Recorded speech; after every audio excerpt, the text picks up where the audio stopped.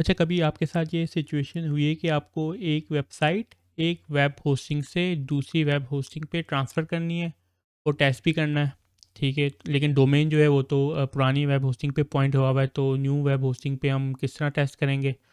ज़्यादातर लोग क्या करते हैं, हम जो है वो डेटाबेस में जाकर उसका यूआरएल चेंज कर देते हैं। वेबसाइट का जो टेम्परेरी डोमेन हमें मिला होता है वेब होस्टिंग पर, हम उसमें चेंज कर देते हैं और फिर टेस्टिंग करते हैं और फिर वापस उसको लाइव डोमेन पे स्विच कर देते हैं और फिर उसके बाद जाकर डोमेन हम पॉइंट करते हैं न्यू वेब होस्टिंग पे।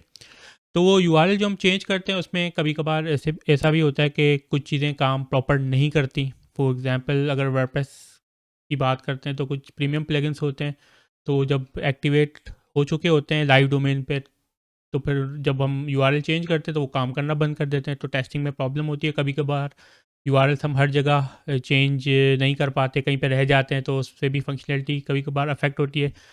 तो एक आसान सा तरीका है इस टेस्टिंग करने का।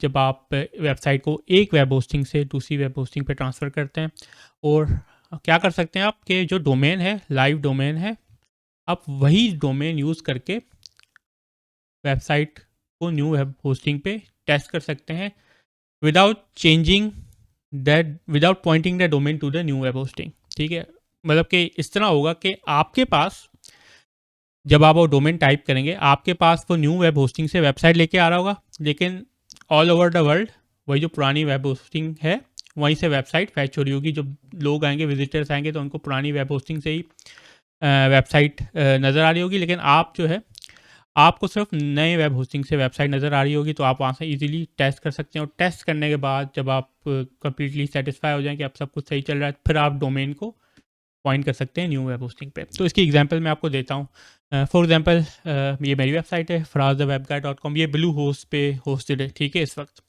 अब लेट्स से मैं कल कहता हूँ कि नहीं, मुझे इसको मतलब कि ट्रांसफ़र करना है, लेट्स से मैं होस्टिंगर पे ट्रांसफ़र करना चाहता हूँ, ठीक है। तो मैं क्या करूँगा, मैं पहले तो इसकी फ़ाइल्स डाउनलोड करूँगा, वर्डप्रेस की जो वर्डप्रेस में साइट बनी हुई है, तो वर्डप्रेस की सारी फाइल्स डाउनलोड करूँगा, डेटाबेस डाउनलोड करूँगा, होस्टिंग पर लॉगिन करूँगा, फाइल्स अपलोड करूँगा, डेटाबेस अपलोड करूँगा, wp-config.php में मैं जाकर डेटाबेस की जो डिटेल्स हैं, डेटाबेस का नाम, यूज़र नेम, पासवर्ड, वो अपडेट कर दूँगा, ठीक है। चलें भाई, अब वेबसाइट मेरी कॉपी हो गई होस्टिंगर जो है या किसी भी नई वेब होस्टिंग पर।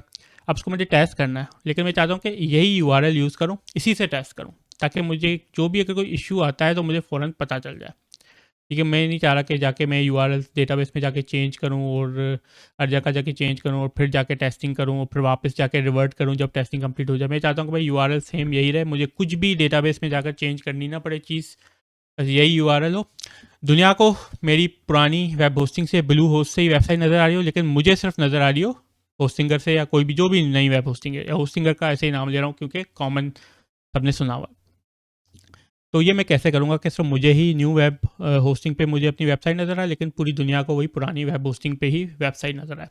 और जब न्यू वेब होस्टिंग पर मैं टेस्ट वेस्ट कर लूँ, सारी चीज़ें कर लूँ, उसके बाद मैं डोमेन को पॉइंट कर लूँ न्यू वेब होस्टिंग पे। तो क्या करते हैं, हम ये करते हैं कि हम लोग चाहते हैं नोटपैड ओपन करते हैं, ठीक है, रन एज एडमिनिस्ट्रेटर करते हैं, उसके बाद हम जाते हैं ओपन पे और हम इस पाथ पे जाते हैं, ठीक है। ये आप देख लें, विंडोज़ सिस्टम 32 ड्राइवर्स ETC। यहाँ पे मैं ऑल फाइल्स को सेलेक्ट करता हूँ, होस्ट को सेलेक्ट करता हूँ, और अब मैं बिल्कुल नीचे आ जाता हूँ, ठीक है, बिल्कुल नीचे। और यहाँ पे आप देख सकते हैं कि यहाँ पे मैंने ऐसे IP डाली हुई है, अभी लोकल होस्ट की डाली हुई है, ठीक है। जैम्प मैंने ऑन किया हुआ है, ठीक है, जैम्प मैंने ऑन किया हुआ है और मैंने लोकल होस्ट की IP डाली हुई है, ठीक है। और यहाँ आगे मैंने अपना डोमेन नेम डाल दिया, ठीक है, विद www और विदाउट www, ठीक है, दोनों मैंने डोमेन डाल दिए और उसको मैंने सेव कर दिया जी। अब क्या होता है, अब मैं कॉपी करता हूँ उसको, ठीक है। ये जो वेबसाइट आ रही है ये मेरे आ रही है कहाँ से, ब्लू होस्ट से, ठीक है। अब मैं जाता हूँ न्यू प्राइवेट विंडो पे, अब मैं डोमेन को यहाँ पे पेस्ट करता हूँ। तो आपके ख्याल में अब क्या आना चाहिए, मेरी ये वेबसाइट यहाँ पे ओपन होनी चाहिए, ये वाली ब्लू होस्ट पे, या जो मैंने लोकल होस्ट पे सेट की है, by the way local host पे मैंने सेट नहीं की हुई, ठीक है, कुछ भी नहीं है, ब्लैंक है। तो अब देखते हैं कि क्या होता है। तो अब देखें कि एक्सेस फॉरबिडन, ठीक है, ये लेकिन ये एक्सेस फॉरबिडन से मुझे ही नज़र आ रहा है। ठीक है, बाकी आप अगर वेबसाइट पे जाएंगे आपको इस तरह ही वेबसाइट मिलेगी जो उस वक्त ब्लू होस्ट पे चल रही है। मैंने इसको पॉइंट किया हुआ है 127.0.0.1 पे, जो लोकल होस्ट आपके जो लोकल जो पीसी होता है उसकी आईपी होती है, तो उस पर मैंने इसको पॉइंट किया हुआ है। ठीक है, और जैम्प मैंने ऑन किया हुआ है, तो ये बेसिकली जैम्प का जो डिफ़ॉल्ट पेज है उसको हिट कर रहा है। यहाँ पे मैंने अभी वेबसाइट सेटअप नहीं की हुई। अच्छा, इसको मैं सेटअप कैसे करूँगा? ठीक है, लोकल होस्ट पे किस तरह सेटअप करूँगा ये भी मैं आपको बता देता हूँ। मैं क्या करूँगा, मैं इस फोल्डर पे जाऊँगा, ये मेरा जैम का फोल्डर है। ठीक है, जैम अपाची कॉन्फ एक्स्ट्रा, और मैं ये वाली फ़ाइल ओपन करूँगा। ठीक है, ये मैंने फ़ाइल ओपन की, और उसके बाद नीचे आकर एंड में मैं क्या करूँगा, मैं ये कोड जो है ये कॉपी करूँगा और नीचे मैं यहाँ पे पेस्ट कर लूँगा। अच्छा, ये कोड क्या कर रहा है, ये पहले तो बता रहा है कि मैंने जो लोकल वेबसाइट जो कॉपी की है वो किस फोल्डर में की है।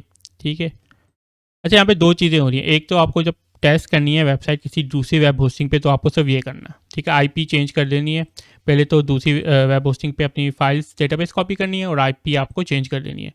फिर जब आप यहाँ पे वेबसाइट प्राइवेट विंडो या इनकॉग्निटो मोड से वेबसाइट विजिट करेंगे, तो वो आपकी वेबसाइट जो है वो ओपन होगी नए वेब होस्टिंग से, पुरानी वेब होस्टिंग से नहीं होगी। पुरानी वेब होस्टिंग से जो होगी वो सिर्फ विजिटर्स को, जो दूसरे लोग होंगे आपकी वेबसाइट विजिट कर रहे होंगे, सिर्फ उन्हीं को नज़र आएगी। आपको नज़र कहाँ से आएगी? नई वेब होस्टिंग से, क्योंकि आपने इसको यहाँ पे आईपी नए वेब होस्टिंग की दे दी है। ठीक है, लेकिन लेट्स से कि आपको कभी लोकल पे भी टेस्ट करना है। ठीक है, लोकली भी आपको टेस्ट करना, आप कह रहे हैं कि लोकली मुझे डेवलपमेंट करनी है इस वेबसाइट की, तो आप बिल्कुल इसी तरह कर सकते हैं कि भाई इसकी आईपी लेट्स से ये अभी अपने लोकली रखी हुई है। ठीक है, लाइव नहीं है, तो लोकल आपकी ये आईपी रखेंगे। आप फिर क्या करेंगे, लेट्स से कि जैम्प यूज़ कर रहे हैं, तो जैम्प में अपनी वेबसाइट का ये आपने फ़ोल्डर बना लिया। ठीक है, अभी बना नहीं हुआ। ठीक है, ये मैं आपको सिर्फ दिखा रहा हूँ कि एंट्री कहाँ पे करनी है आपको। एंट्री आपको इस फोल्डर में करनी है जहाँ पे जैम्प इंस्टॉल हुआ है, अपाची कॉन्फ एक्स्ट्रा, और ये इस फाइल में। ठीक है, तो पहले तो इसको अपना फोल्डर बताएंगे वेबसाइट का जहाँ पे फाइल्स पड़ी हैं। ठीक है, फिर सर्वर नेम बताएंगे कि अगर फराज द webguy.com कोई विजिट आप जब ब्राउज़र में विजिट करते हैं या आप www.farazthewebguy.com विजिट करते हैं, तो वेबसाइट यहाँ से ओपन होनी चाहिए। ठीक है, बस इसको ये बताना कि अगर इन यूआरएल्स पे आप जाते हैं ब्राउज़र में, तो वेबसाइट उसकी यहाँ पे पड़ी हुई है। और यहाँ पे मैंने SSL भी ऑन कर दिया, सर्टिफिकेट्स भी ऑन कर दिए। ठीक है, ये क्योंकि अगर वेबसाइट SSL यूज़ कर रही है तो फिर वो आपके पास भी चलेगी इंटरनली। तो इस तरह मैं लोकल में भी सेट कर सकता हूँ, अगर मुझे लोकल में डेवलपमेंट करनी है और मैं चाहता हूँ कि मैं कोई एड्रेसेस वगैरह चेंज ना करूँ। ठीक है, अगर जैसे एड्रेस आप चेंज करते हैं, कोई प्रीमियम प्लगइन्स यूज़ हो रहे हैं तो वो काम करना बंद कर दे, तो आप चाहते हैं कि एड्रेस भी वगैरह मैं कुछ भी चेंज ना करूँ, बस एज इट इज़ कॉपी करूँ और लोकल से ही सब कुछ चीज़ें चल जाए लाइव डोमेन यूज़ करते हुए। ठीक है, लोग जो विजिट करेंगे उनको तो लाइव वेबसाइट ही नज़र आ रही होगी जो वेब होस्टिंग पे पड़ी हुई है, आपको सिर्फ लोकल होस्ट से अपने पीसी से नज़र आ रही होगी, जो भी आप वेब सर्वर यूज़ कर रहे हैं उसके थ्रू। यहाँ पे हम जैम्प यूज़ कर रहे हैं। तो यहाँ पे हमने दो चीज़ें देखी।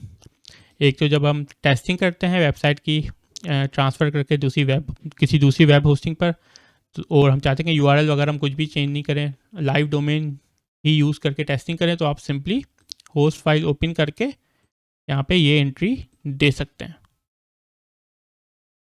ठीक है, यहाँ पे हमने लोकल होस्ट की अभी एंट्री दी हुई है। ठीक है, और एक्सेस डिनाइड इसलिए आ रहा है कि यहाँ पे अभी मैंने फोल्डर यहाँ पे सेट नहीं किया हुआ।